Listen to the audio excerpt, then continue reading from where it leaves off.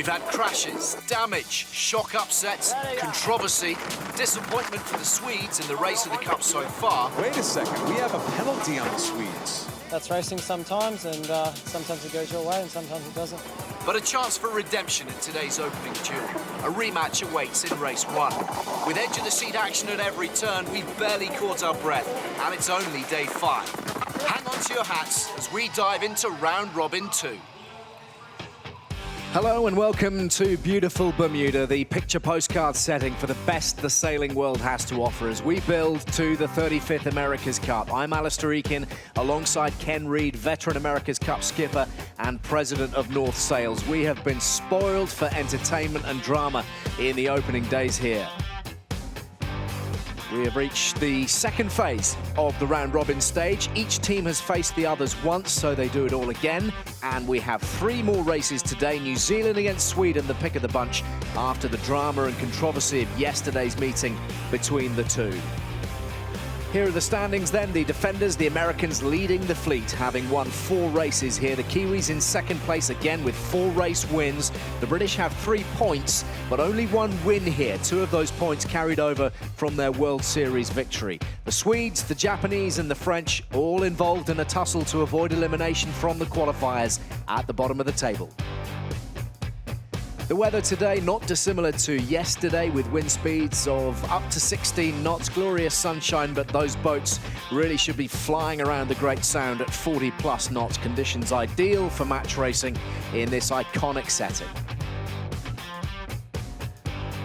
So first up for you in the second round-robin stage of the Louis Vuitton America's Cup qualifiers, a rematch of that heart-stopping and controversial race yesterday, New Zealand against Sweden. And the Kiwis handed a get-out-of-jail-free card yesterday with the late penalty against the Swedes, which the umpires have subsequently admitted should not have stood. Helmsman Peter Burling, though, still feels the penalty was justified.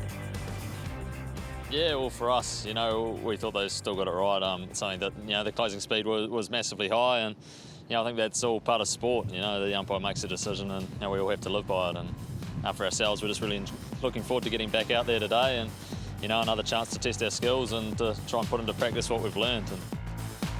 For Emirates Team New Zealand, it is clearly a learning process for the young afterguard. And learn they did with a huge 9-pass comeback win over Sweden after a very controversial call by the umpire crew at the very last gate. Fast and Furious 2, Sweden versus New Zealand. We couldn't ask for a better way to start day 4.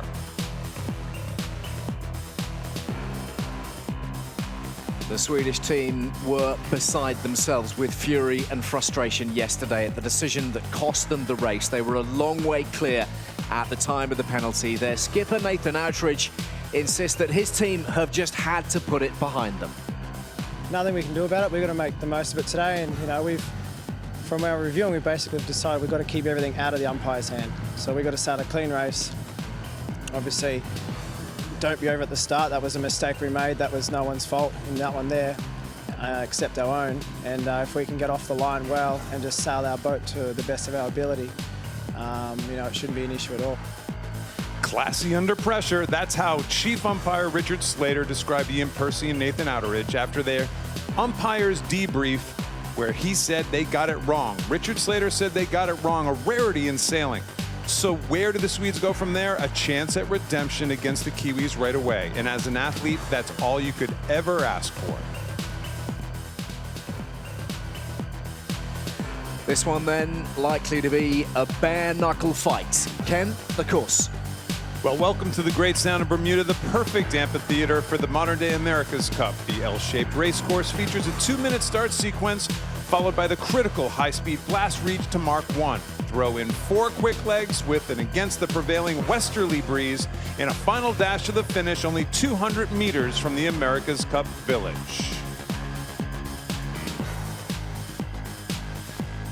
So once again, conditions are fantastic. Another stunning day on the Great Sound here in Bermuda. The cocktail of quality sailors, good wind, and a whole heap of niggle in this opening race really should make for another epic battle on the water.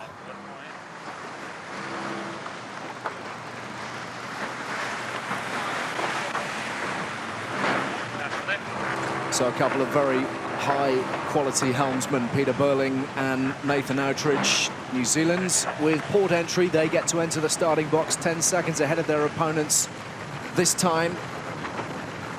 And they will have the dramatic events of yesterday foremost in their minds right now.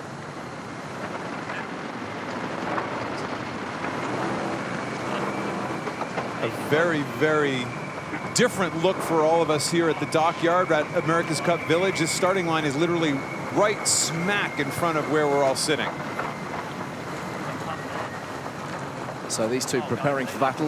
Let's have a little look at exactly what caused all the controversy yesterday. Well, 75 knots of closing speed. First of all, it's easy to get something right when we're looking at speed, something wrong when we're looking at speeds sailing has never seen before. Artemis probably could have made this a little easier on themselves by going wider, but they thought they were clean, and quite frankly, we all thought they were clean at the same time. It's very rare for a chief umpire to say they got it wrong. These guys could count it down. No way! No way! Absolute joke. An absolute joke. Maybe a set of ski goggles a little worse for the wear. So here we go then. Race number 1 of the second round-robin stage of the Louis Vuitton America's Cup qualifiers. The opening race of the day, New Zealand and Sweden, and scores to settle in the pre-start, Ken, as important, perhaps more important than any other part of the race. Yeah, here comes that typical hunting, pushing. They're very early back to the starting line. New Zealand's getting chased away by Artemis. Artemis is sensing a bit of a kill here right now. They're very close to the starting line. Instead, they decide to gap off. Can they still bear away and go under New Zealand? I doubt it. So this is probably where they're going to sit and try to accelerate from there. Swedes, of course, remember suffering that penalty at the start against New Zealand, not just the late one. They had to recover. All about acceleration, getting up on the foils at the proper time and pure acceleration. This is just kind of a clean boat speed start. Let's see who's the fastest on this first reach. Body's down. Pressure is coming to you at this angle. Both teams pulling the trigger as they hit the start line and up on the foils, tearing across the water in fine style towards that first mark. Artemis with a tiny bit of a speed advantage here, a little better angle coming from that right-hand end of the starting line. Maybe all they needed to poke out in front very quickly. Plan A, 1 and in left.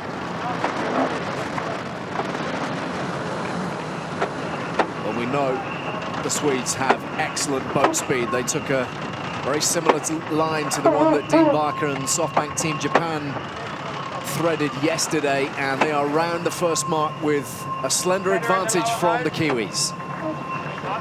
Exactly what we should have heard from Nathan Outridge in the opening of this show. We have to take this out of the umpire's hands. We have to sail cleaner and smarter. 2 penalties in that race yesterday. 2 penalties against Emirates Team New Zealand. You're almost never going to win.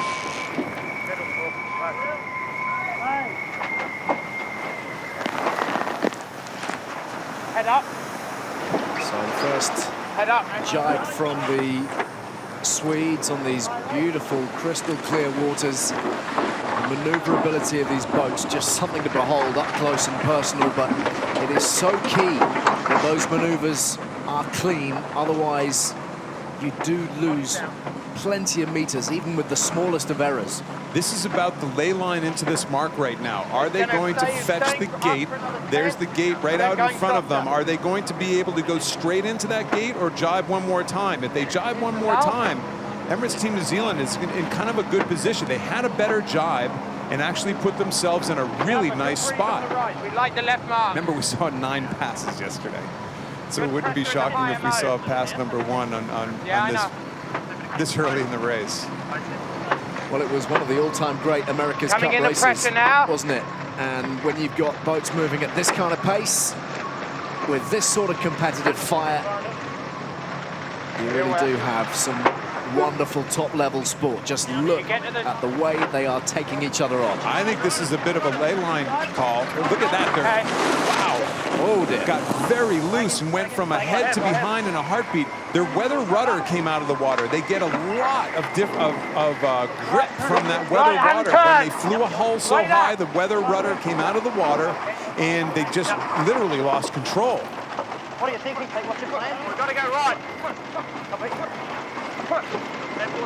Well, it has really allowed the Swedes to steal a march here, and they are tearing around the gate and heading upwind for the first time in the race. The Kiwis with a lot to think about, a lot to rectify, and a lot of ground to make up.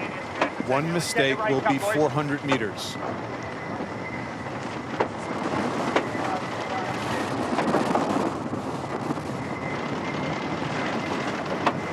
Good pressure. So let's have another little look at exactly what happened there to Emirates Team New Zealand. It was not pretty. So their weather rudder comes out of the water, they get too high, they have no more grip. What else happened there, I'm not 100% sure, but man, it got loose fast. It just could have been a little wing wash there too. It could just be bad air from Artemis that got them a little out of sequence very quickly because they're very close. You're looking at a couple possible luffs. Burling was being aggressive. He was going to try to maybe give a little bit of a push, a little bit of a luff he has right away in that situation. There's any number of things that could have gone wrong, but the bottom line is it did go wrong. Goodness gracious. Let's bring in Lee McMillan, who's of course part of the British outfit out here in Bermuda, but he's on the water side for us this afternoon, keeping a check on all things to do with conditions. But what about that, Lee? What did you make of the Kiwis' plunge there? Yeah, well, that was pretty interesting there. Like you said, it looked like the Kiwis were just starting to push for a bit of a luff as we approached the leeward gate, and the rudders just kind of gave way.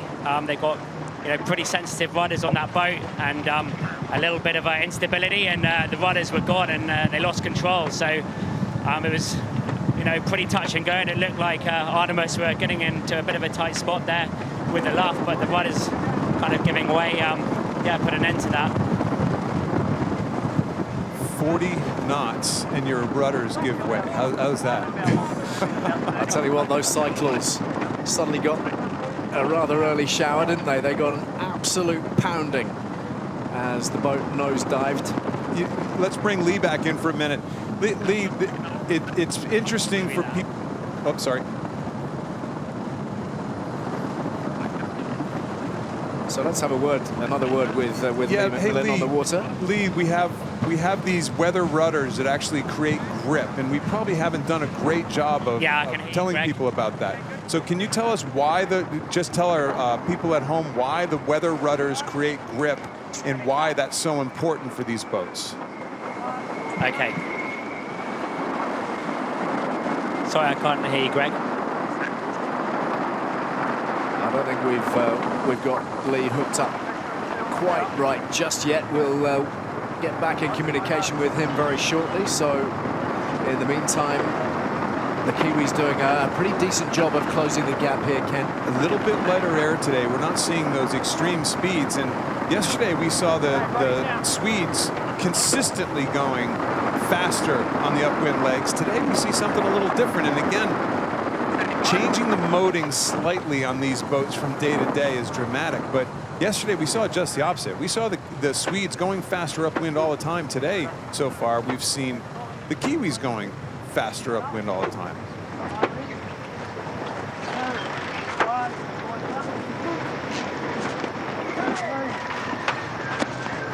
So they had a pretty consistent 4-knot advantage generally, wasn't it, upwind yesterday, the Swedes? Could have been a wider angle. I mean, it's called VMG, velocity made good. It's how fast you go and how close to the wind you go at the same time. It's that combination of the two factors that's so critical. You can go the same angle and faster, that's good. And it looks like the Kiwis are kind of doing that right now. Artemis will lay this gate, though, and be next around, but this has all of a sudden gotten to be a very close race. The Kiwis are going quick.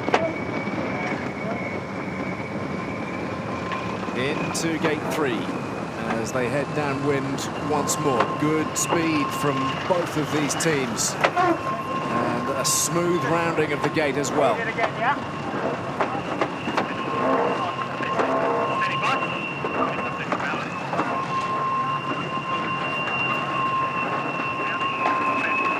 Just tearing across the sound, aren't they? 33, 34 knots, and the New Zealanders not losing too much of their boat speed as they maneuver either. So, Lee, can you tell us, every day the setups of these boats are different. Everybody's still experimenting, trying new things. Is there anything you see obvious between these two boats today than yesterday, that from an overall setup, from a moting standpoint?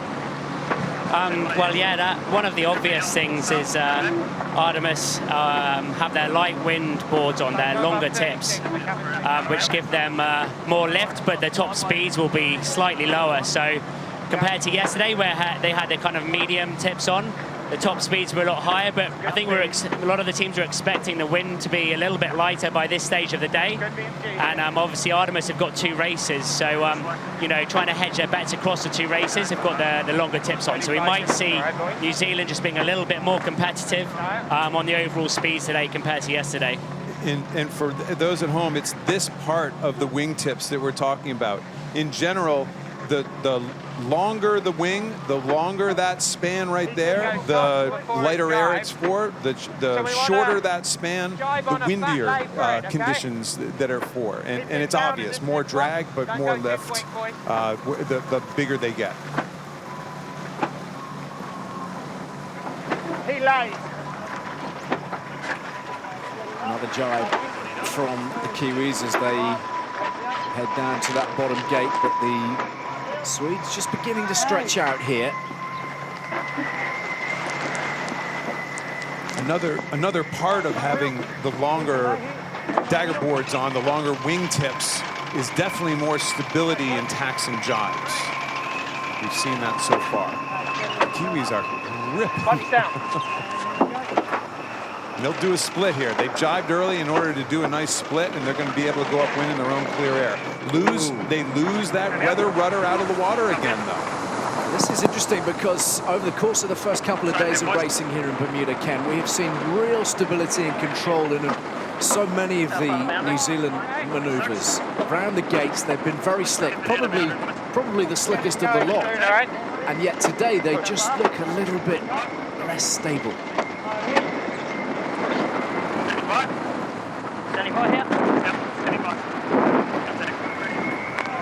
Lee, where do we think we're going with the New Zealand boat today? Do we think we see the light or the breezy boards in the New Zealand boat?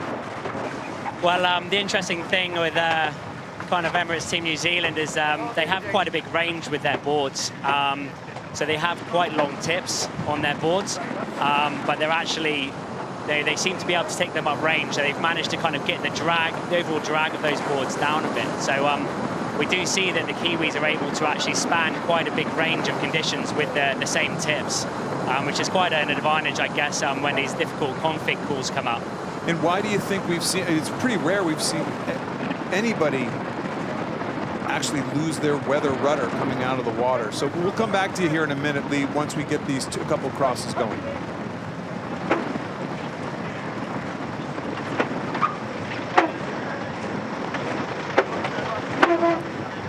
Yet again, we are seeing a terrific race between these two. Yesterday's was something to behold, and so much excitement across the course. It is setting itself up once again to be a pretty tight finish. There is not a whole lot between them. Just inside you go.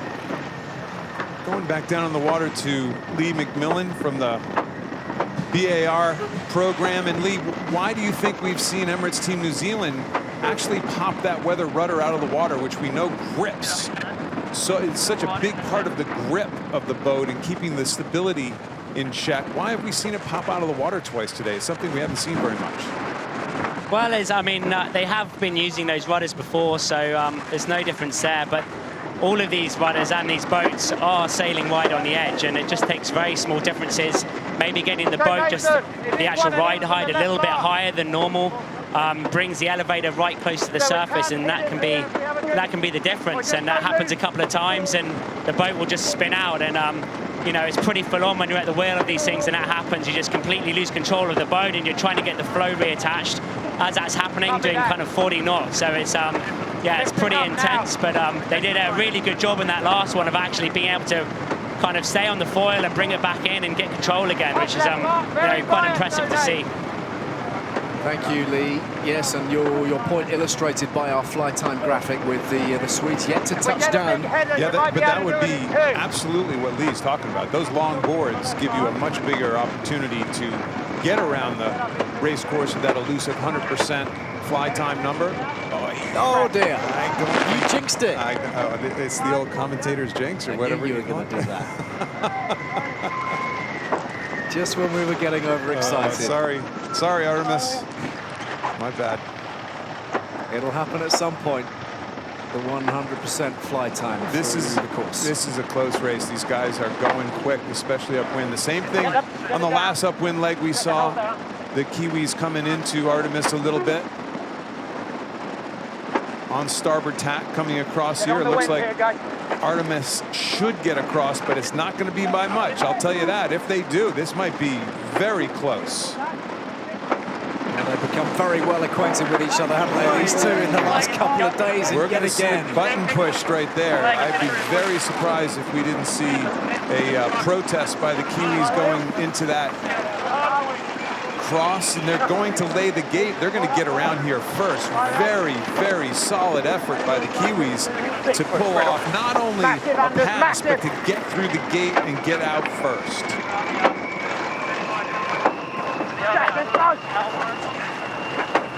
New Zealanders stealing their way in front as they head off downwind again. But look at the boat speed of the Swedes here, really ripping it.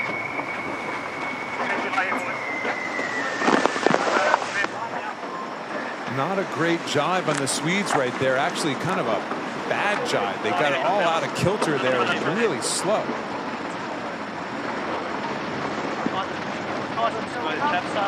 So we understand that there may well have been a penalty there, which accounts for the speed slowdown.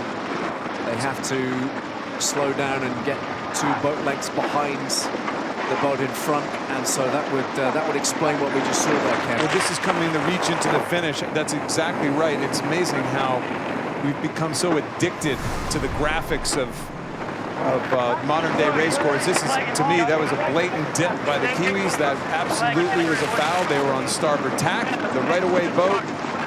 The Swedes not only very likely fouled the Kiwis, but they didn't make the gate. They had to tack, get around, and all of a sudden another pass between these 2 boats. It's hard to see how much they actually bore off there, but the overhead view showed a fair chunk. They're reaching toward the finish right now. Out in front, Ali, it's another protest and another umpire decision that in effect has showed the outcome of another race between New Zealand and Sweden. I think they got it right this time, though. Well, it's going to end up making the difference, isn't it? And the Kiwis getting the benefit of these calls. The rub of the green, if you like, but you make your own luck in the America's Cup. I'm guessing New Zealanders are making theirs right now. Yeah, both of these teams will not be very pleased. They both had some unforced errors and things to go back and look at, but if you're the Kiwis, this is a bit of redemption and making up for actually, no, this is 2-0 for the Kiwis. Sorry, I had this reversed. Wow. So the New Zealanders hurtling across the line for yet another win. That's their 5th in this regatta, and a decision going their way.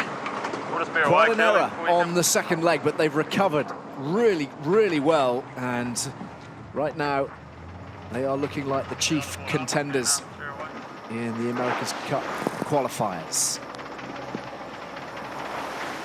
Sweden taking their foot off the gas at this point with the result confirmed. It doesn't really matter how far behind they are, so a little bit of conservation of energy, bearing in mind they also race in race number 3 today against the British. Not much time to rest up, and they will be straight back out on the water. But to have gone down twice in the space of 24 hours will not be pleasing to Nathan Outridge and his crew.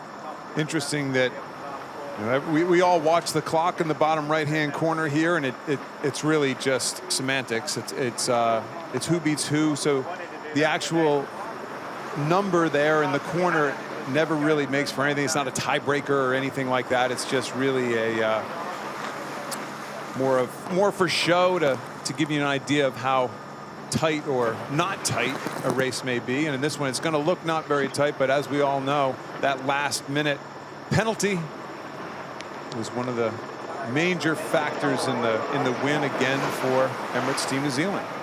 So another setback for Artemis Racing, the Swedish team with their 4th defeat of the regatta, and they need to find their form.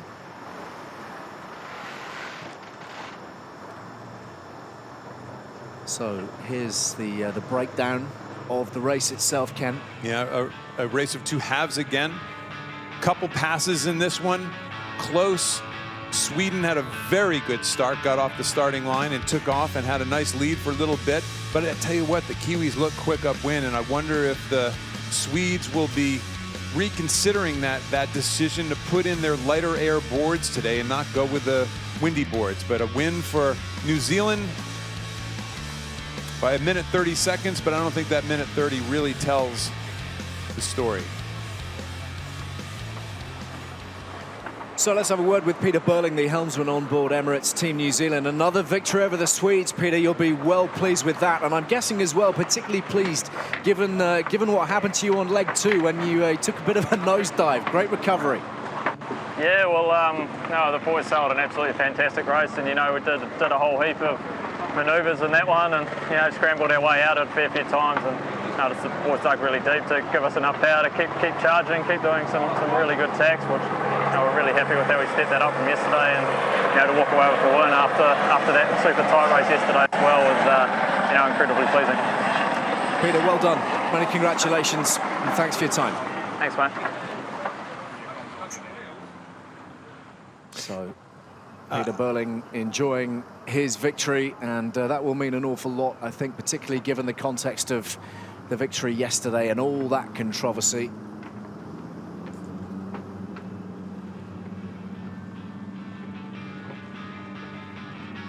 So let's have a little look at the review in detail of that race, Ken.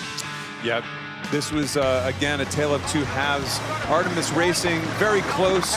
New Zealand coming in, and they get really loose and out of control coming into gate number 2. They're in a nice little position, whether it was the wing wash, whether it was the aggressive luff by Burling, whether he just lost control. You can see him holding on for dear life. He knows what's coming. There's a lot of water coming.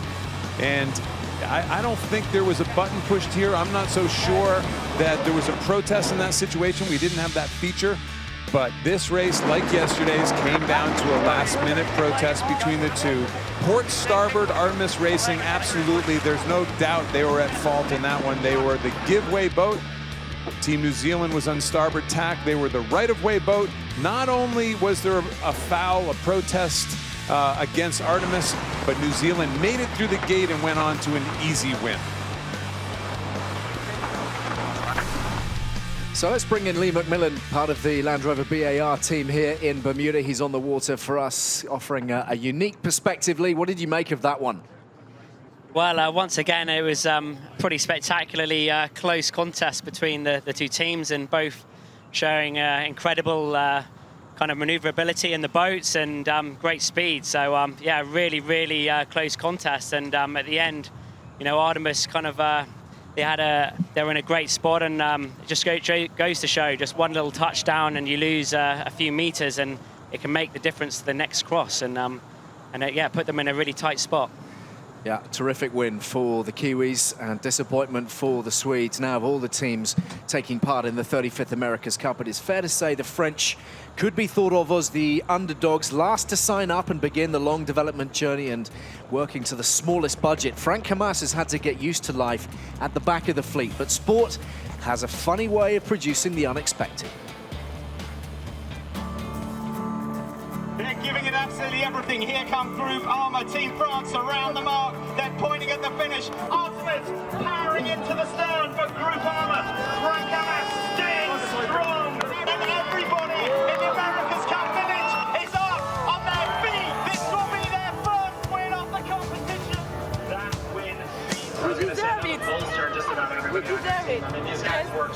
We're working so hard. All the team is working very, very, very hard, and we got so many problems and so many difficulties, and now it's just a race, but it's not a victory, but for us it's a victory. The biggest victory we could have. It's just the first race we win in Bermuda since we are our arrival, so it's really amazing. We believe in it, and it's happened. It's our victory, that one. We need it. And for all the team, not only the sailors, just to believe we can do it, and just to stay close and keep a team. Wherever we lose 2 minutes for the 2 other race, now we win it. We win that one. So proud of all the team, so proud of Frank, so proud of all the sailors and all the boat builders. Yes, it means an awful lot to a huge number of people here in Bermuda. And the French have really been pulling it out after a tricky old start. So we're just about ready for race number 2 of this second round-robin stage. It is Frank Camas's France. Surprise package here so far against Jimmy Spithill's USA, who are leading the standings. They didn't race yesterday, though. And the French, as we've been discussing, have come roaring back into contention over the last couple of days, starting with 2 defeats on the opening day of racing, but now with victory over Sweden and Britain, helmsman Frank Camas knows that they're still a long way from the finished article. We have to improve for sure. I hope we show that for the first race, with the second race with him, and we will see. It's not the same condition. The wind should be more shifty today with northwest wind. We will see. Well, there's no doubt that the French are the surprise of this event so far. They came out of the blocks on day 1 looking average at best, but since have shocked 2 heavyweights in Artemis and Great Britain, and they're starting to believe. They need to keep this momentum going, though, as 2 wins will certainly not get them into the semifinals, and Frank Camas knows it.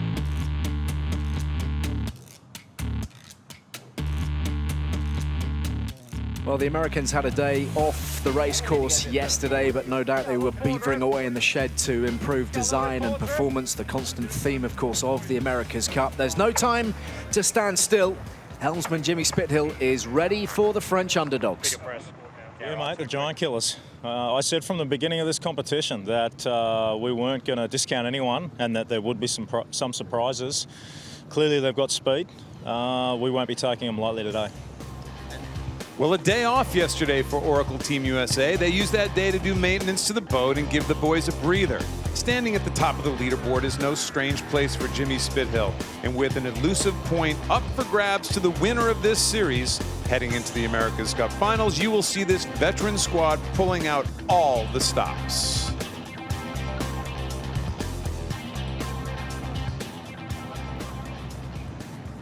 So this one, a repeat of the very first race of the regatta, won comfortably by the Americans. Scheduling wasn't terribly kind to the French on that opening day. USA and New Zealand in races 1 and 3. There's Jimmy Spithill looking for this three-peat at the America's Cup. Huge amount of experience and hunting down that bonus point that is up for grabs for them. If they win the qualifiers, they could start the match with a point advantage. 22, 20, Got your 17 from it. 8, 17, 16. Another showdown between 2 very high-caliber helmsmen. The French with port entry this time. Yeah, getting pretty close. So let's hear from Lee McMillan, our man on the water today, part of the British team. Lee, talk us through the conditions on the water, I guess, first up, and then perhaps how you see the French trying to tackle the Americans. Well, like I was saying earlier, we were expecting a bit of a drop in the breeze, and it has actually started to do that. So the conditions are a little bit lighter now than they were, and you know, I think with Groupama Team France, as they've shown they can keep plugging away at these races, they can pick off some good results and some kind of steady manoeuvres and kind of get the boat around the course in you know, with some good tacks and jibes, they can be a threat to anyone. So, you know, I think they'll be looking to get a clean start here and try and get off with an even start and not get in too much trouble and take it from there.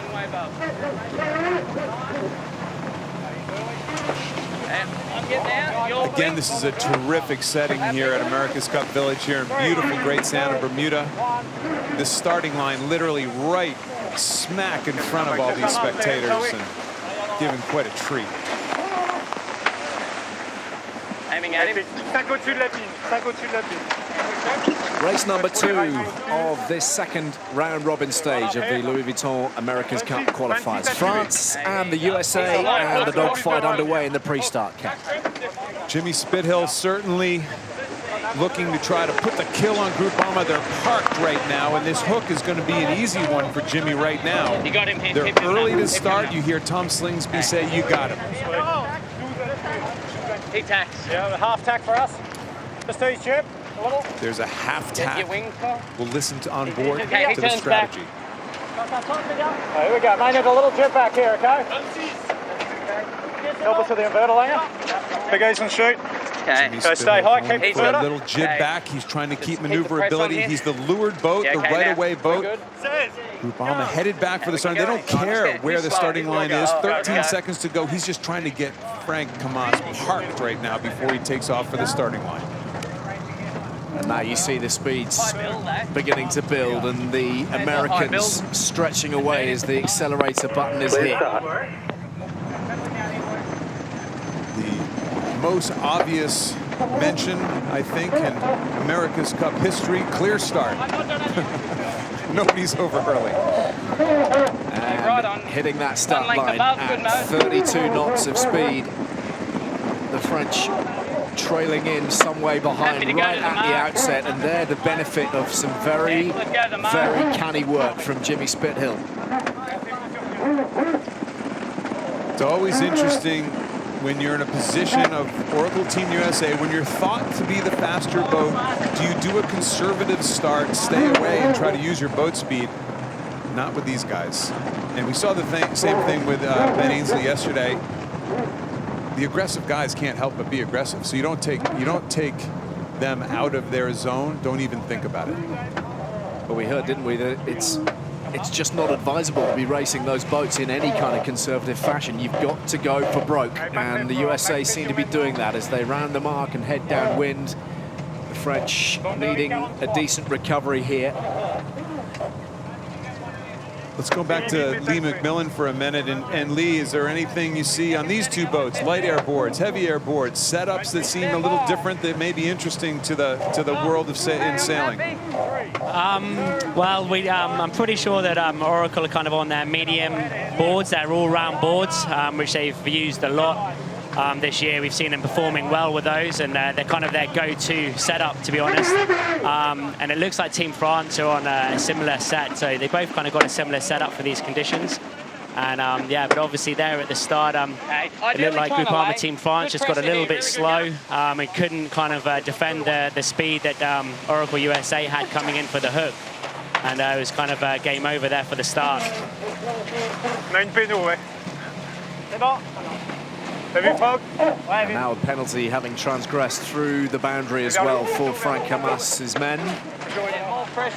They're going to have to slow down a couple boat lengths to relieve their penalty, of which they do. The key there is, you know, it's a harsh penalty, but because to slow down, you kind of have the impression you have to come off your foils. I think we've seen some teams slow down by just radically going in a different course and not coming off the foils. Because sometimes, especially in this lighter air, once you come off the foils, it's really hard to get back up again, and you waste a lot of that hydraulic energy for those grinders grinding. I think a lot of people might be wondering, Kenny, how they get a clear picture of exactly where the boundary is. How does that happen in terms of them being on the boat, working that out? Yeah, the boats themselves have incredible GPS instrumentation, and those boundaries are dictated, given to the boats. You see that eagle maneuver again, by the way, coming into the mark with both boards down, and they don't quite have that ley line proper. But yeah, they know they probably have some sort of remote display telling them how many meters to the boundary. Some boats actually have a screen showing them the boundary. It depends from boat to boat, but they are very keyed in. Split by France at that leeward mark, trying to go off the other direction. It's a big lead from Oracle Team USA early in this race.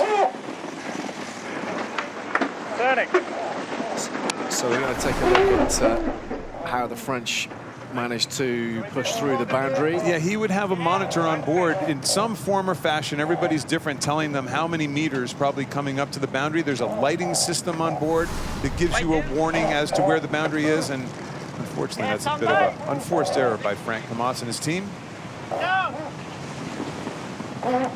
25, 26 is nice. So I'm guessing in that scenario that may even just be a tiny momentary loss of concentration. Ken, I mean, we've talked in the past, haven't we, about the number of decisions that have to be made by these helmsmen, the responsibilities on their shoulders. So if you're not paying 100% attention for the entirety of the race, little errors like that can creep in. Yeah, well, Lee, how many things on board Ben Ainsley, on board your team's boat, how many different things does a helmsman have to do? For example, going around a mark. Well, it's it's just full on, just trying to steer these boats at these speeds. But you also, as I think you well know, a lot of the helms are also controlling the rake, which takes a huge amount of concentration. So to get the time to kind of look around and kind of make the observations and to kind of see what's ahead is very difficult. But I mean, I think one of the things with Frank Camas there coming into the boundary was that the kind of setup time for a maneuver, you know, is kind of 10 seconds at times to get the guys in the right position, to get the board all the way down before you can start the turn. And if you don't get the board to max extension, then there's a good chance that you won't get it to extension after the jibe. So all these things you're trying to factor in within meters of that boundary. 1 second delay can make a difference, and that's what can cost you a penalty on that boundary.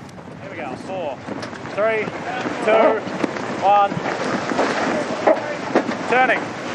I think the bottom line there, Ali, is sure looks easy from here to criticize. It's full on. I think you've got that right. And perhaps you can see the Kiwis again a little later on in the competition tomorrow. We can illustrate the point because they seem to be sharing duties a little bit between Peter Burling and Glenn Ashby, just to take the load off one man.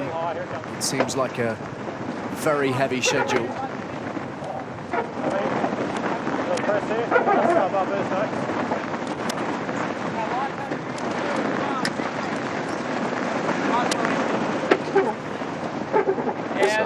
So the defenders of the America's Cup and cruising at the moment. Interestingly, Ken, you were talking to me before we began today about the fact this is the first time that the defender has been part of the Challenger qualifiers. Talk us through that and why it might be. Well, certainly, I mean, let's face it, the defender helps make the rules, right? And there's fair sportsmanship.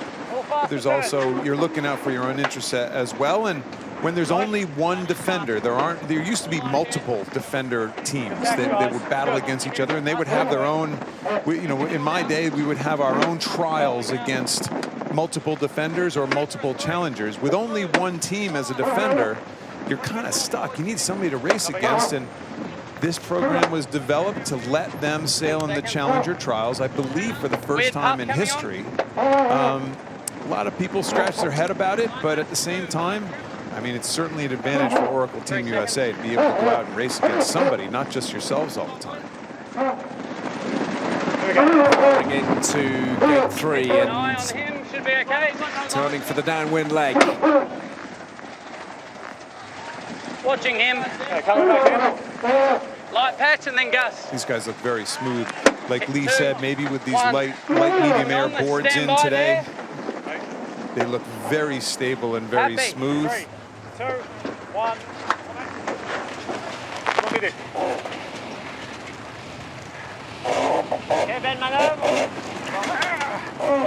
100% fly time on Oracle Team USA today, and even in this lighter air Lee shows those long dagger boards are doing some good for them. A lot of stability, a lot of really good maneuvers.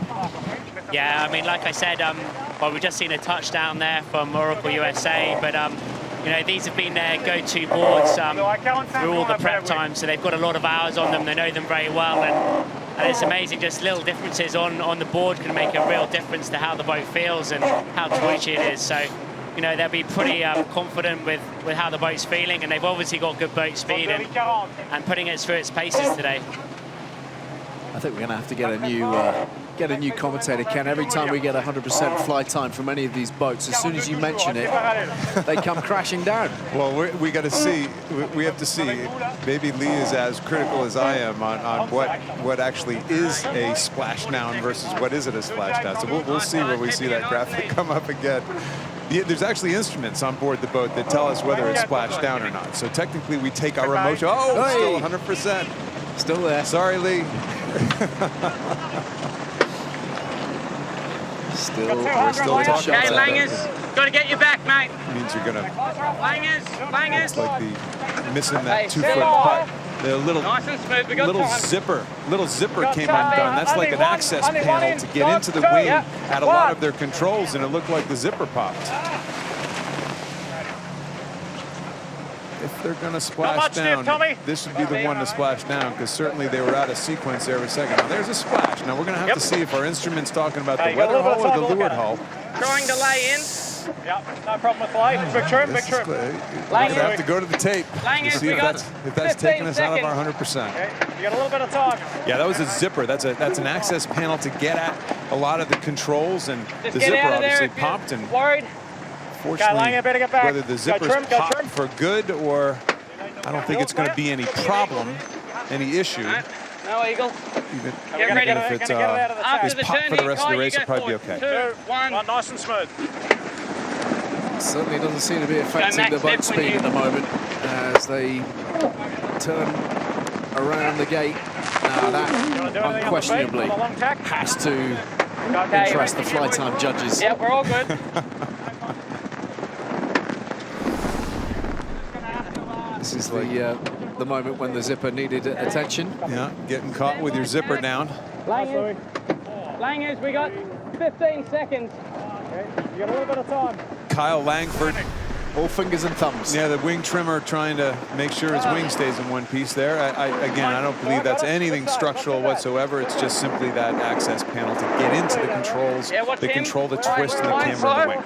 Watch him, watch him, watch him. Frank Camas. Keep it nice and he's the giveaway boat right now, so Oracle Team USA actually has right away. He doesn't know we've got any issues, so we keep sailing slow. You just heard Tommy.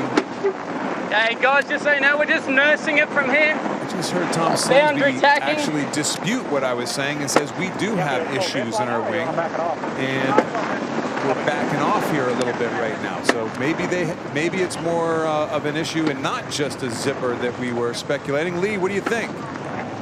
Unfortunately, I can't give you any view from here. I haven't been able to get a close look at what you guys are seeing in the studio yet. But we're getting in a bit closer. But yeah, I'll let you know as soon as I get anything from the water. 4, 3, 2, 1. Boiling jack, boys. Turning.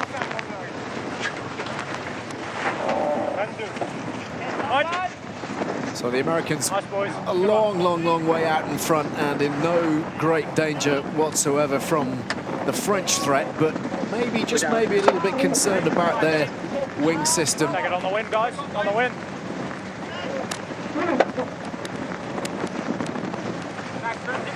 They look very solid, but we just heard Tom Slingsby, the tactician, say we should be nursing this thing a little bit because we have some problems. We saw a zipper from that access panel pop loose, and it's simply, that's all it is a zipper that lets that panel open up to get at the controls that control the camber and the twist of the wing. They're looking up top at the wing right now. Jimmy Spithill is. He doesn't know we've got an issue, so we keep sailing slow. Now, there's potential that zipper didn't pop, and they actually opened it themselves to get into the panel. So let's stand by. Which may be suggestive of something a little more concerning. Exactly. 1. And you can hear the conversation on board about it, suggesting that they did need to just treat it with caution, treat it with care. No point in rolling the dice, really, when they've got this race sewn up.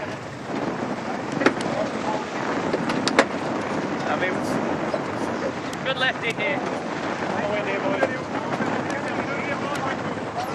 Glorious sight on the Great Sound here in Bermuda. Such a picturesque setting. Copy. Okay, so it's going to be into a pretty quick jibe out of this bearaway. Yeah, copy. If backing off means Doing being our ahead best by, to get down, and then we're into a setup 817 immediately. meters, I think every team would like that. A little further. Back off. Stand by. So we're looking up to see if we see anything that looks out of the ordinary. And I can't say to this trained eye that we do. It seems like it popped through on the new side, not overly twisted, not underly twisted. But we'll have to ask after the race. Our crack reporters going out and asking what happened. Yep, I know. We're going to be into a pretty quick setup, immediate setup as soon as we get down to... They're going 28 knots upwind in lighter air. Seriously, if this is backing off, I hate to see what putting the pedal down is. Well, they're setting the bar, aren't they? Oracle Team USA and Jimmy Spithill. Stand by. As we understand, they will skip the playoffs quite obviously and head straight to the match itself after the qualifiers are done. And how Jimmy Spithill would love to add to his triumphs of 2010 and 2013. This might be an issue, actually.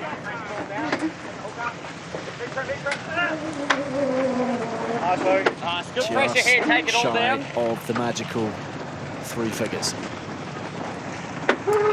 Coming into that last mark right smack in the middle of our race course. That's the mark they'll be rounding right there, and blast reaching up into the finish. Frank Camas still has quite a ways to go. Only got 1.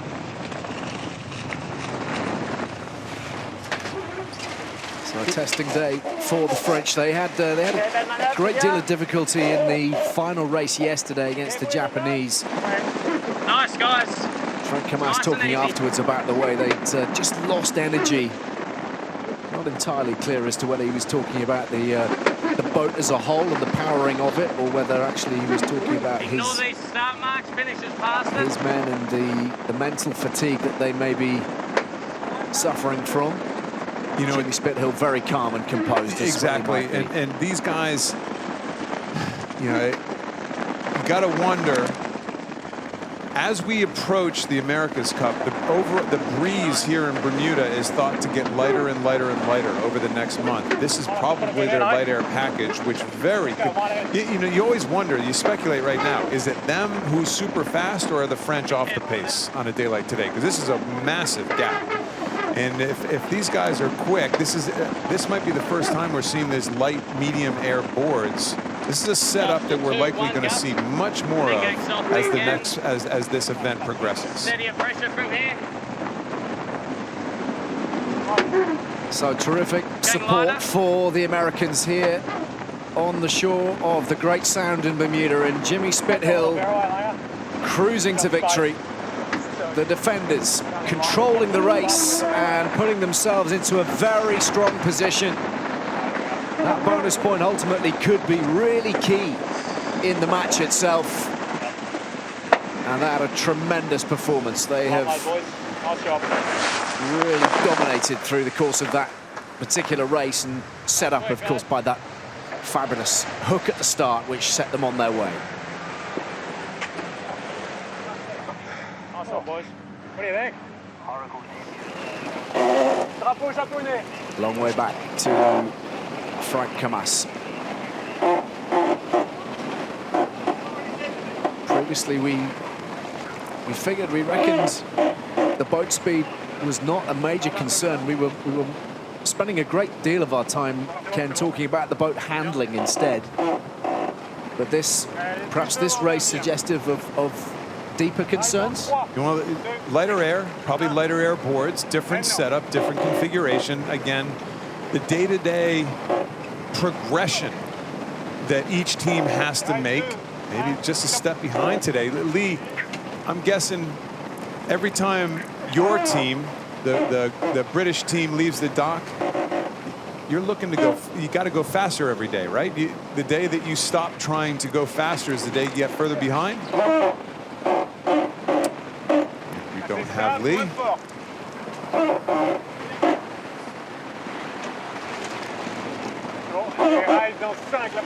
A long way home. When you're that far back, plenty of time to think about exactly what didn't fall your way. They will hang in, the French.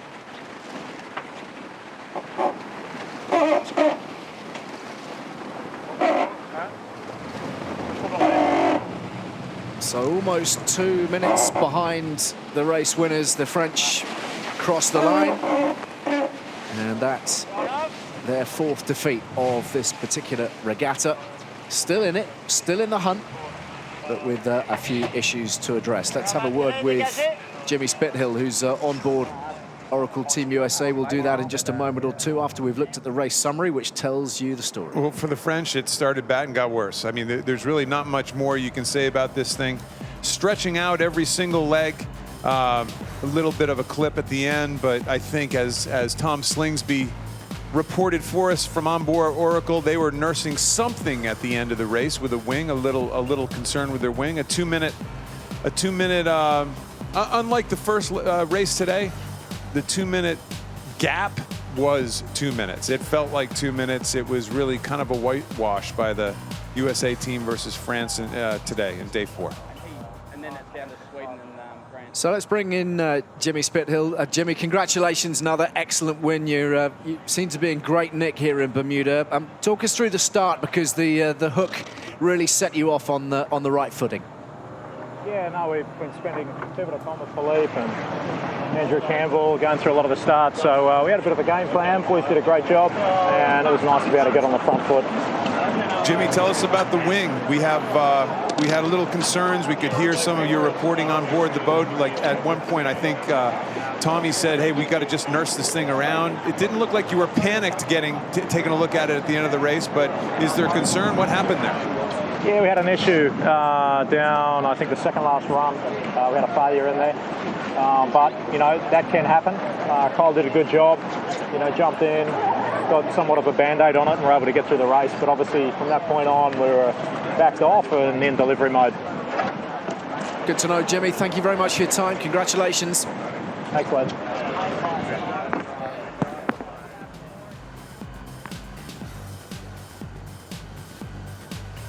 So a little bit to think about for Jimmy Spithill and Oracle Team USA, but the numbers, well, they're pretty dominant, aren't they? Absolutely dominant. When you're going faster and sail a shorter distance, it's pretty hard to lose a race. Tacks and jives equal. It means that nobody was going crazy there. Maximum speeds, again, a little bit of icing on the cake, but for Oracle Team USA, even a little faster on the maximum speed category. A dominant race by Oracle Team USA.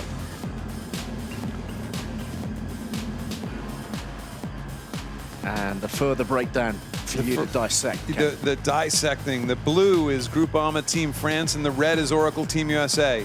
When you're going many knots faster, that's a good thing on the first reach. They poke out to a good leg lead. Again, look at that section right there. At times going 30 and 15 knots faster. I mean, those are big numbers, and there's no wonder you get into a situation where it's almost a 2 minute lead for Oracle Team USA at the end. Again, dominant, big numbers, 4 or 5 knots in between the boats at times while going upwind, downwind. It's really, this is a bit of a unfortunate race for the French, whether it is them hooking into certainly a situation where they were slower today or just out of configuration. We'll have to see. But we expect the breeze to get lighter as the week goes along. So they're going to have to start improving in this lighter breeze. So let's have a little look at how it all unfolded. And this was an excellent start from the Americans. Yeah, again, it's the opportunity to either think you're faster and do a conservative start, or go into attack mode. And for Oracle Team USA, they went into attack mode. Frank Camas led back to the line too early, put himself in a bad spot, sailed out of bounds, a little unforced error. Like Lee McMillan was telling us out in the water, there's a lot of stuff going on these boats, so it's not a shocker that they go out of bounds from time to time, but still it's something that France just didn't need to have. They needed everything to go their way. They almost had some stuff going their way when the wing on Oracle Team USA apparently had a few issues inside of it. Kyle Langford, the wing trimmer, certainly had, as Jimmy Spithill said, had a Band-Aid to put on it, put on his Band-Aid, and they go ripping over the finish line at about 35 knots.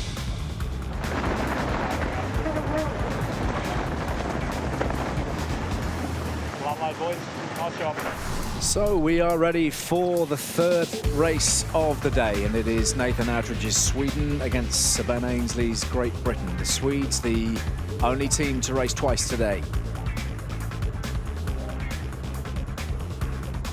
Heavy schedule for them to handle. And remember, they lost out to the Brits on the first day of racing. They lost out to the Kiwis in the opening race today. But that is concentration and focus in the picture of Ian Percy. So after a good start, the British have found themselves in something of a hole here in Bermuda. One win, but 4 consecutive defeats now. Sir Ben Ainsley, though, full of optimism and positivity today. Yeah, the boat's good, the crew's feeling great, and we're looking forward to a good race against Artemis. We know they're obviously a strong team going fast. But we're making some good developments to the boat. Made some big changes overnight, some big debriefs from yesterday's disappointing race, and we'll come out today fighting and stronger.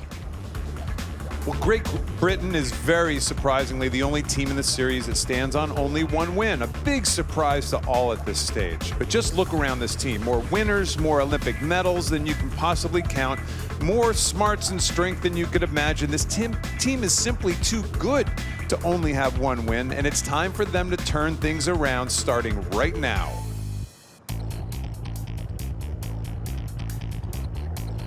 So the Swedes looking to bounce back after consecutive disappointments against the New Zealanders, and the British looking to draw confidence and strength from that brilliant effort in their first race against the Swedes on the opening day of racing. Nathan Outridge up against Sir Ben Ainsley. Sweden against Great Britain, and the Swedes with port entry this time. The battle lines drawn. Let's check in with Lee McMillan again out on the water, part of the British outfit here. Lee, you'll have a keen interest in this one. What will be the tactics for what they hope will be a repeat result for the Brits against Artemis Racing? Well, you heard from Ben just a moment ago. You know, there's a lot of positivity within the team. We're learning all the time. We're making steps forward. And, you know, even though we've lost a few races on the trot, we've taken a lot away from all of those and actually a lot of positive things. So it's going to be just about having a clean race and, you know, trying to kind of eke those bits of performance gains that we've been making and, yeah, and seeing how it goes. Well, a fascinating dynamic as well, because these two crews are all pretty tight, aren't they? They're close with each other. They know each other inside and out. Some of them have sailed for many, many years with and against each other. Percy and Ainsley certainly very good friends on Olympic teams together, albeit sail other classes. This is an important race for both of these teams, and Lee, I appreciate you putting on a strong face right now, but at some stage things got to turn around on the Great British team, and I'm guessing it's now's the time. Well, you know, we're only halfway through the round robin, so you know, there's still a long way to go. A lot of races, a lot can change, but like I said, you know, we came into this round robin knowing that we were going to be making improvements and learning the whole way through, and that's exactly what we've been doing. So, you know, we're putting it into place, and I'm sure that as each race goes, you'll see us getting stronger. Race number 3 of this second round-robin stage of the Louis Vuitton America's Cup qualifiers. The pre-start underway, Ken. How much are we killing? A very quick push push and hook potential here. Close to the starting line, but getting very deep in the box. The wind is going in this direction. These guys are going to just barely get up to the starting line right now, but very close to the starting line. They may end up tacking to get up to this starting line. That's how tight they are to the breeze. There's a head to win. Both boats are luffing head to win. They're trying to get gauge on GBR so they could possibly slingshot around the outside, but it's tough in this situation. Swedes are really close to the line, though, really close. So accelerating is going to be very difficult. Can Ben get around the front side of the Swedes before they pull the trigger? That is the tough part. Well, he's looking to do that right here, right now. Sir Ben Ainsley around the outside, and both of them away clean, and Land Rover BAR have just sneaked in front. Really, really good job by Ben Ainsley there. He was in kind of a tough spot. He gapped off just enough to get that acceleration and to slingshot around the outside. Both boats were going less than 10 knots at the start, and he did a really nice job of going from 10 to 40 in no time.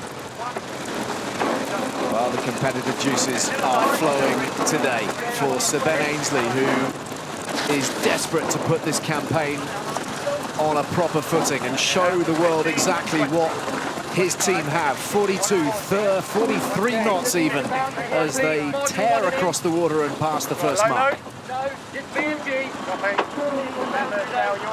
Exceptional start by the Brits. I think the way this starting box was configured today, everybody was forced back toward the starting line much earlier than we've seen in the past. It made for a completely different looks off of the start line in every single race today. Okay, driving. We believe that the Swedes have their light air package in, as Lee McMillan reported from On the Water. But Lee, tell us about your Great British boys. Give us a little inside information, my friend. What do we got under the hood on the British boat today? Well, I can't say too much, but you know, it's a good setup for these conditions. Let's put it that way. So you know, we've got a great team behind us, and you know, we've got the forecast spot on here. So yeah, it's a great start by Ben there as well. So good stuff. Okay. Yeah. Okay, you're fired. You're fired. That was my. Thanks for joining us, Lee. It's been lovely having you with us. He's in a tricky spot, but you did your level best. I know, we can't, we're just going to sell our no, mate. By the end of today, we'll get them. You see just a little bit different shapes, a little more curvature on the British boat. Curvature here, straighter, flatter, more of an L angle there. But from a length standpoint, and the length we're always talking about, we draw a line down there and a line down there. They're pretty similar from a length standpoint, so I'm guessing they're both in their light air setups, and we're going to maybe unfire Lee McMillan at some stage here toward the end of the race to see if he'll come clean that they have their light air package in. Because we can do that. So fickle. What a start, though, here for Sir Ben Ainsley and the British team. They have got off to an excellent beginning. And they are looking confident. The helmsman in advance of this race talking about the changes that had been made overnight. Constant stream of developments and improvements, of course, through the America's Cup in its entirety. Everybody working day and night to gain that special edge. Split course.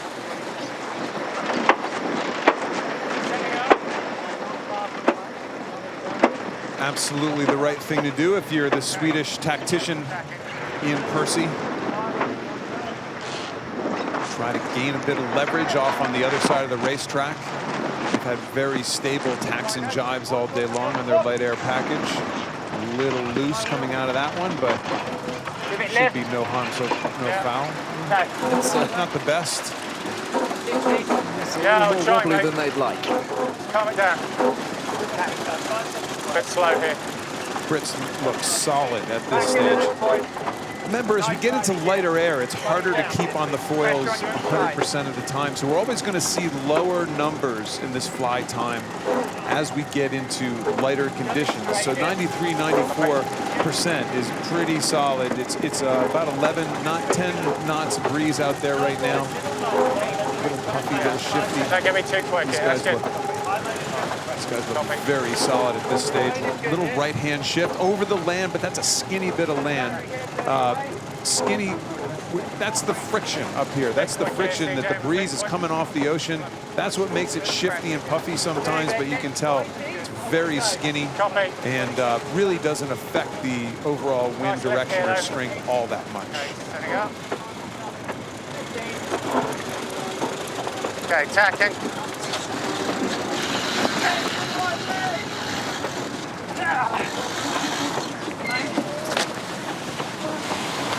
Tacking towards gate 3, Land Rover BAR, and looking pretty comfortable at this point.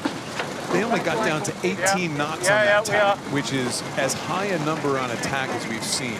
Really, really effective on these light air boards. And again, well, we're speculating light air boards because our partner on the water won't help.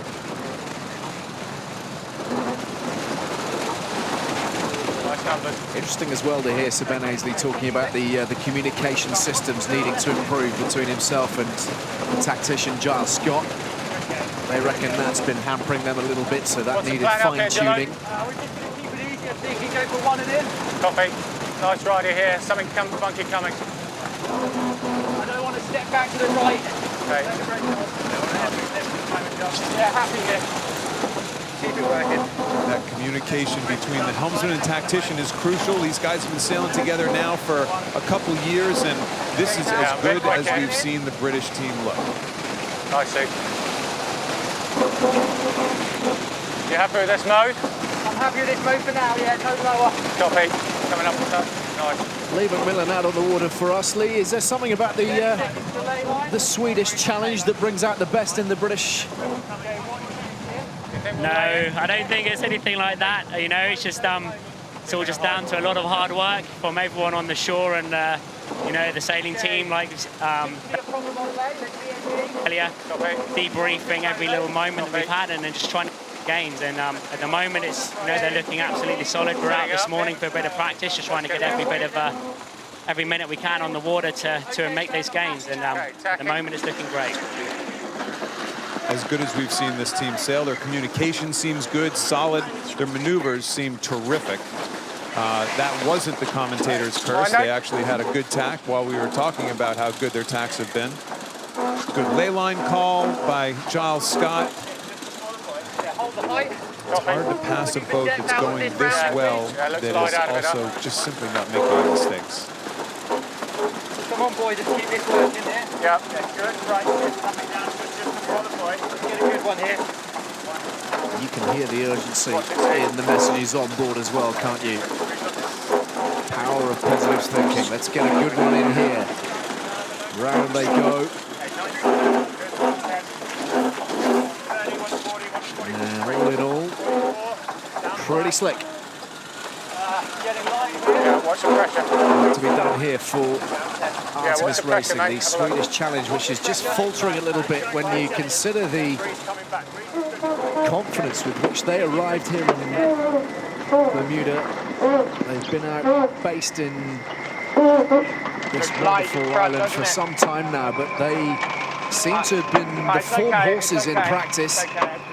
Things have not fallen for them just yet. One really, really good win over the USA. They've seen off the Japanese as well, but a lot of subpar performances from a boat which we know is quick and from a crew which we know is very talented.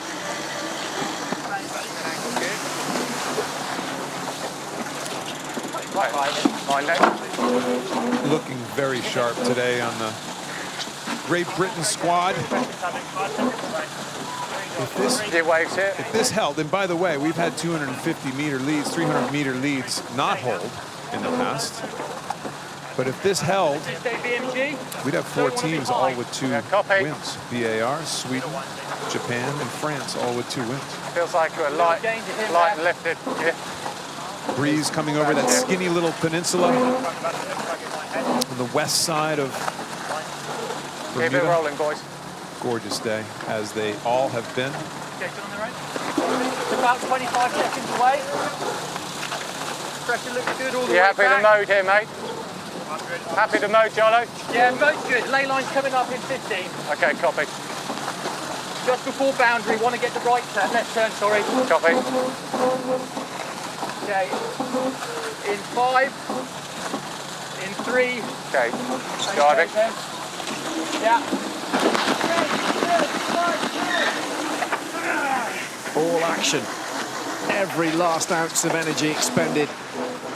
These guys are so much better at commentating than we are. Have I told you that? Have I mentioned that? Yeah, good shout. It's great. I mean, the onboard, yes, this is the best photography we've ever seen in sailing from all these different camera angles, but the onboard audio, when you get it this good and these guys are this communicative, and you really get a sense for taking the depth just how the conversational tone, there's just no level of voice raising, no level of stress. It's really, when you get it all together like this, it's pretty special.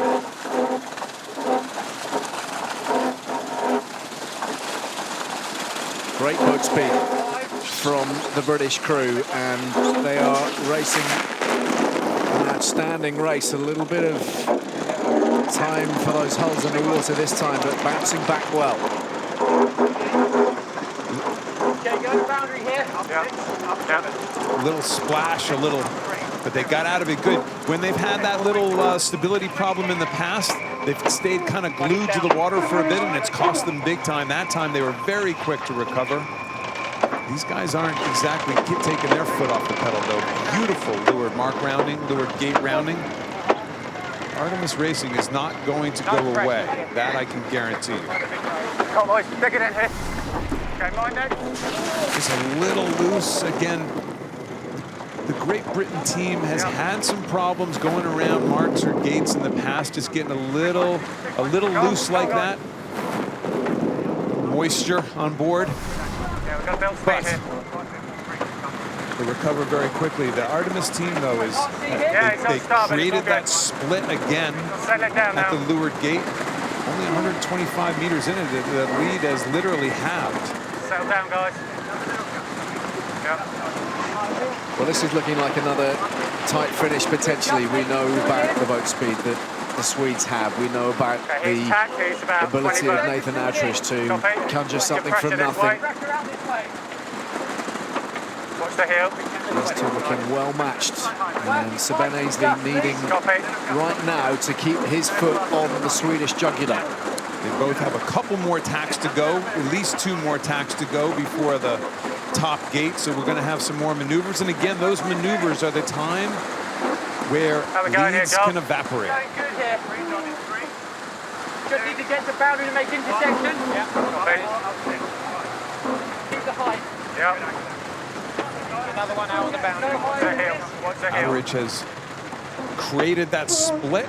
That's all you can do when you're behind. You get a little bit of a wind shift. Gonna take this one, Nate. So Nathan Outridge hoping for a little bit of extra pressure to fire Artemis Racing on their way. The Swedes attacking towards gate 5 and needing to come up with something pretty soon. That's for sure. It's a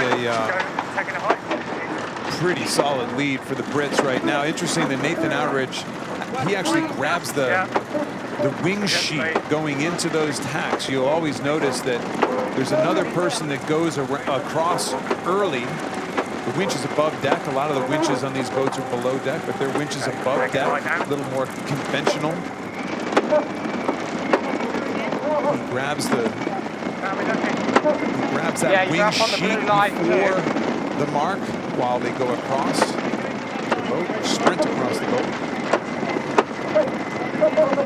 Tough day for those grinders. The Swedes, of course, having raced in the opening contest today against the Kiwis. One race off, straight back in. Those arms moving all over again. Only 175 meters between it, but the difference here could be that Land Rover BAR can get to the ley line and just do one more tacking in. They can do one more tacking in. They probably conserve that lead with a nice smooth tack. It's all up to the ley line call of Giles Scott. Keep a close eye on this manoeuvre because they've had one or two issues up at the top gate, as you were describing earlier, Ken. So when they get there, with the Swedes breathing down their neck, the pressure will be on. The pressure is definitely on, but the Swedes have one more tack to go. So what looks like a very close lead right now should extend a little bit more. The BAR supporters can breathe a little bit at this stage, but the Swedes are not going away. Here's that tack that the Swedes have to do. BAR should be able to make it in one and go lay right through the gate. Pressure coming. Yes, he's on board. He's just all good, guys. Just our vote, okay? Our vote. So the pace good from Sir Ben Ainsley as he guides his crew towards gate 5. And a very important rounding here. The lead almost doubles on those tacks. You know, went from about 75 meters to 150 meters just on one tack, even though the tacks are so smooth. Now it's just a quick sprint for BAR. It looks like they made it around that mark nice and smoothly. They didn't do any sort of plunge. One jibing in. Taking it with a pretty wide berth. Is that an opportunity to minimize errors? No, well, yes, for sure. But they've taken the correct gate. They should be able to do just one jibe and into the finish, where the Swedes are going to have to do 2 jibes. Again, though, this is a ley line call from Giles Scott, but their communication and their ley lines have been terrific thus far. Yeah, light spot here. Watch it, the light spot. It's not over yet. Not done yet, but the ace is held by the British at this point. Very good. I think this has been an exceptional tactical race by Giles Scott. It's kind of that geometry of how to play within this rectangle, this new race course for the modern day America's Cup.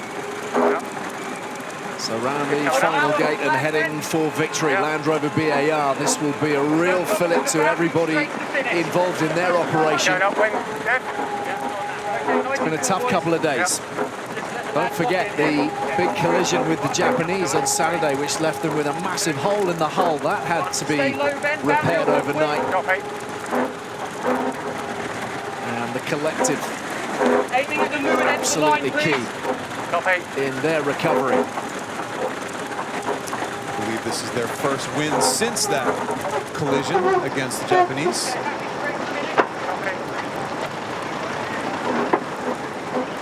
Stretching well clear now.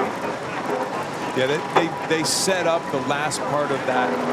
What looked like it was getting narrower. It's always about how many more maneuvers you have left to do, how many tacks, how many jibes you have left to do. And this lighter air especially is where it shows up. And they did a really nice job of negotiating the top of the course and limiting their maneuvers, and therefore having a nice little lead coming into the finish. Big British support here in Bermuda. The Union flags raised high. And hurtling down the runway with smiles on their faces. And angry into a jibe. It's been something of a roller coaster for the British so far here in Bermuda, but a real morale booster. After 4 consecutive defeats, it is a British victory. Okay, and jibing here. Back on track. And again, nice work, guys. A win over the Swedes for the 2nd time. A British victory, as you're calling the British victory. He just plunges the thing down about 6 feet underwater and soaks his buddies who just worked so hard. Ruthless. So another blow to the challenge of Artemis Racing, the Swedish team under the helmsmanship of Nathan Outridge. Just for whatever reason, not quite finding themselves on the money.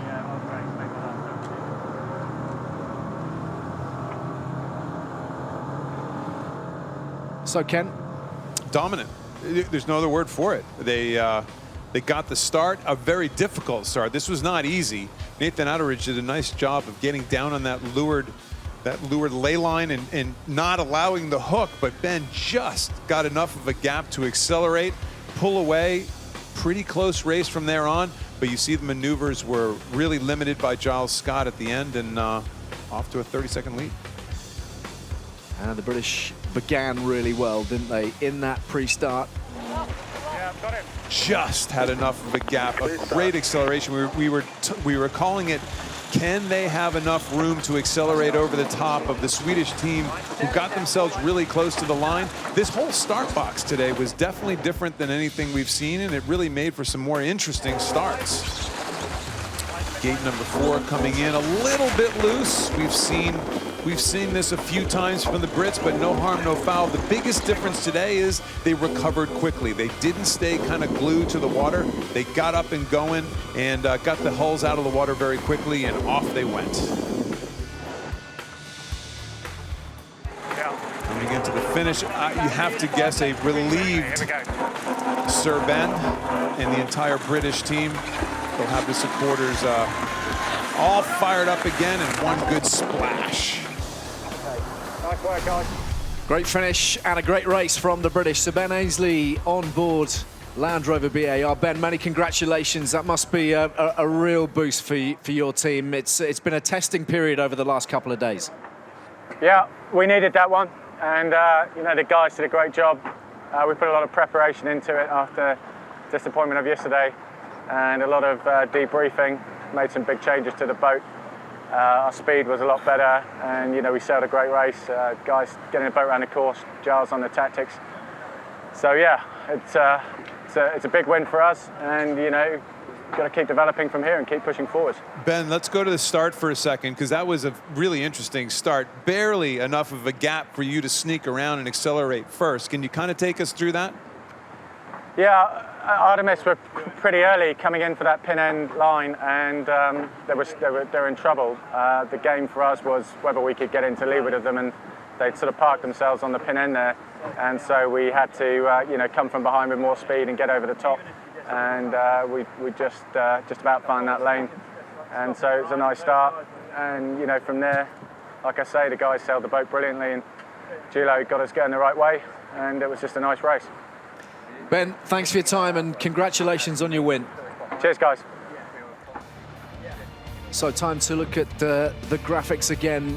Ken, deconstruct that, please, for us. Yeah, well, the red line is Land Rover BAR. The blue line is Artemis Racing. And, you know, when you're going, say 7 to 10 knots faster in this range, that's a good way to start. That first reach obviously went to BAR. Again, a nice little gap, a little 4 or 5 knot gap right in there, which certainly helps. That's going to get you. And from then on, it was kind of an even race. A lot of even lines there, a lot of even lines in here. It was certainly not much in it for the rest of the race. You see a lot of the tacks. Obviously, the tacks and jibes are quite big dips. A little bit of a gap in there, but for the most part, this race was spread out early, and the Land Rover BAR team did a terrific job of just being smooth around the race course. So day 5 here on the Great Sound is complete. The second round robin stage up and running in the Louis Vuitton America's Cup qualifiers. Confirmation of today's results with wins for New Zealand, USA and Great Britain, meaning that the standings look a little bit like this, with the USA on top with 6 points, New Zealand on 5, Great Britain on 4, and those 3 at the bottom jostling away, Sweden, Japan and France all with 2 points each.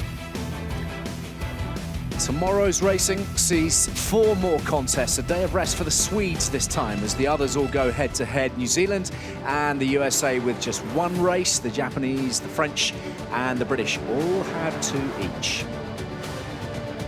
So another stunning day off the coast of this paradise island. 3 more races complete in the qualifiers. The pieces of the jigsaw puzzle slowly but surely starting to slot into place. But we know how unpredictable this sport can be. There is drama and surprise around every corner, all of which we'll bring you from Bermuda's Great Sound tomorrow. We very much hope you can be with us.